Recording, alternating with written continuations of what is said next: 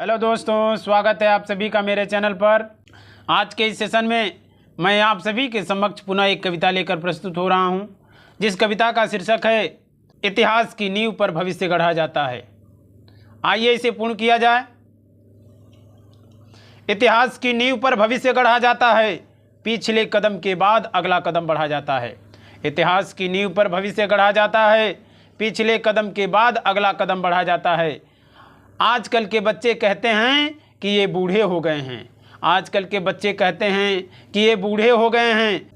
इनकी बातों पर क्यों चला जाता है? इनकी बातों पर क्यों चला जाता है? इतिहास की नींव पर भविष्य गढ़ा जाता है, पिछले कदम के बाद अगला कदम बढ़ा जाता है। पिछले कदम के बाद अगला कदम बढ़ा जाता है।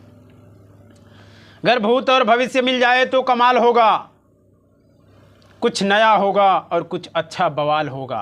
अगर भूत और भविष्य मिल जाए तो कमाल होगा, कुछ नया होगा और कुछ अच्छा बवाल होगा।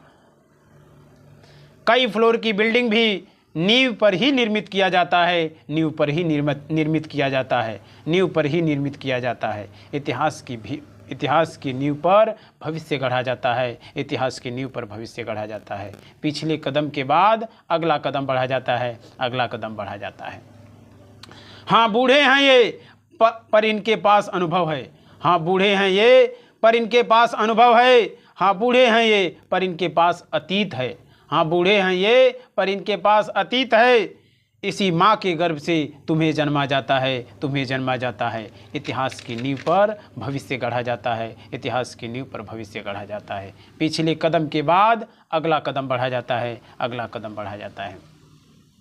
ये उस लाइब्रेरी की तरह हैं जिसमें अनेकों किताबें होती हैं। ये उस धरती की तरह हैं जिसमें अनेकों वनस्पतियाँ होती हैं।